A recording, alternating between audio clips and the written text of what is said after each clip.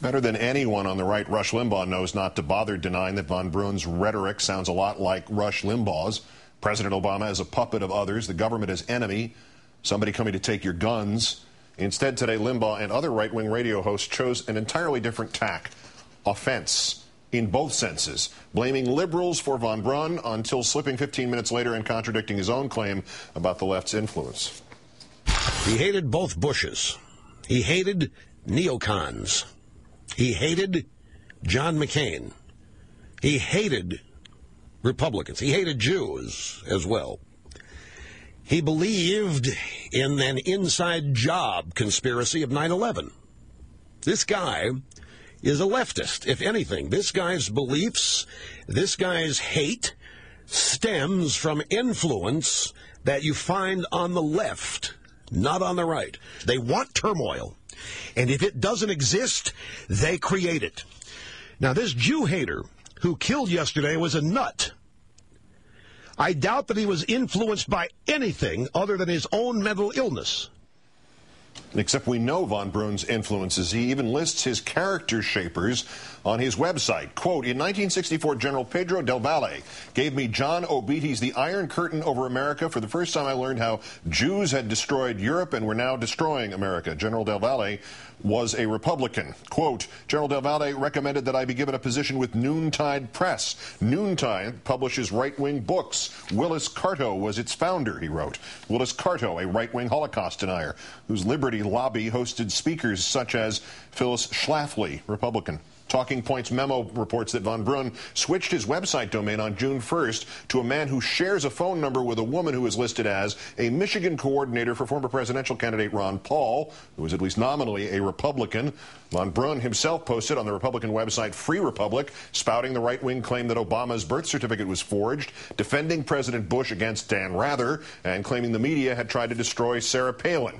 From his own website, right-wing websites illuminate the problems that Aryans face. Each day, new alarms are sounded, adding more fuel to the raging fire. The right wing does nothing but talk, no plan of action against the well-known enemy. Exactly the advice Marxists, liberals, Jews want to hear. Even a kid in grade school knows when it's time to get his knuckles bloody. Time now to bring in MSNBC political analyst Eugene Robinson, associate editor and Pulitzer Prize-winning columnist of The Washington Post. Gene, good evening. Evening to you, Keith. First, let me just acknowledge the obvious. You're a black man. You work in the media. You work specifically at the Washington Post, and the Post reportedly was mentioned in these documents connected with this man, von Brunn. What is your response as somebody who is apparently 3 times an enemy of this man? You know, the flip response is that, well, gee, all I need to do is convert to Judaism now, and I can make it 4 for 4. But seriously, you know that these people are out there, and occasionally you hear from somebody who is spouting just vile rhetoric and is clearly just filled with with anger. Usually, I think it's fortunately non-specific. So you kind of know that this is out there, and yet when something like this happens, it certainly makes you think about it. And just today, I was thinking about a voicemail that I got earlier in the week from one of these people, again, non-specific, anonymous, yet with this incredible anger in the tone and in the awful language that he used, racial and other slurs, you think about those and you wonder, well, maybe you should pass a few more of those off to security. Yeah, you said non-specific.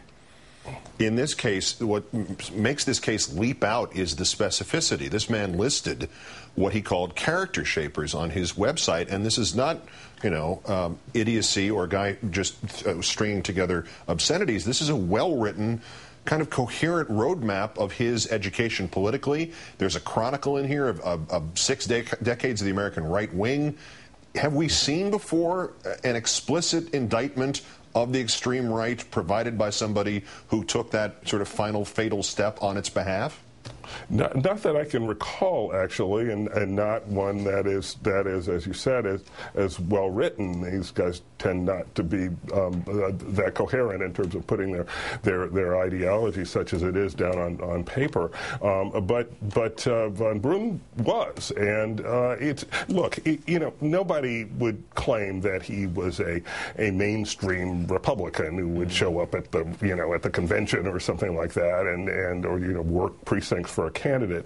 But the idea that somehow his ideology, his ideas, his warped sense of the world is in any remote way related to anything you've ever heard from the left is just incredible. It's just an incredibly, not just lame, but almost insane thing to say. Yeah, no, I went further. You say almost. I said that was an insane thing to say. But let's back to the first guilty party here. What von Brunn seemed to have picked up, not so much the political positions, pro-guns or whatever, but the overall tenor. That urgency to it, the right-wing suggestion that these are anvils upon which something essential about America will either live or die, depending on what you personally do, the generic you. Does that element of the right wing seem to be the pivot here, that von Brunn felt obliged to act because he had been convinced or been led to believe that his country, his version of this country, is in danger?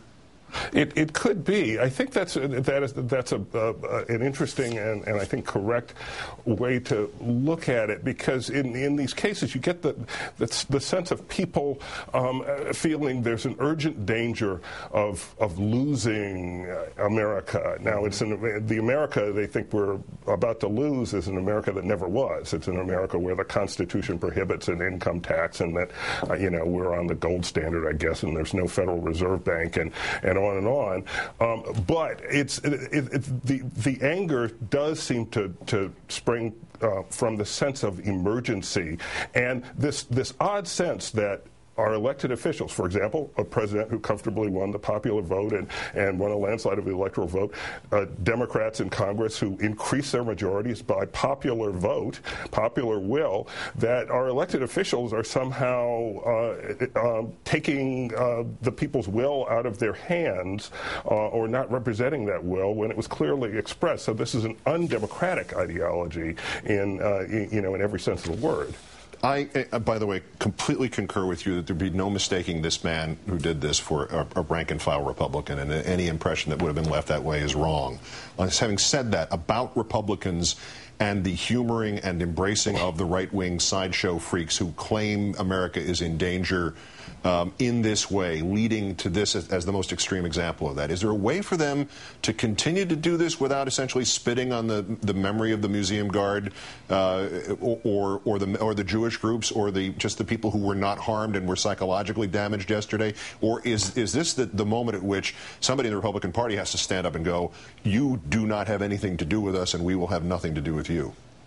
I don't think it'll happen quite that way. What I hope is that they reflect on how this happened, on as far as we know what happened, and reflect on the power of words and how they are used and what influence they have. Who knows what influence this guy? This guy was around the bend when you and I were, in diapers, apparently. But I worry about others out there who are listening to, on the radio over and over. They're coming to take your guns. They're going to destroy the country. I worry about what impact this may be having on the next lone wolf who's not yet begun to howl. And the final irony is that Stephen Johns was opening the door open to a man who he thought needed help and lost his life in doing so. Gene Robinson of the Washington Post and also of MSNBC, as always, Gene, especially in this case. Great thanks. Good to be here, Keith.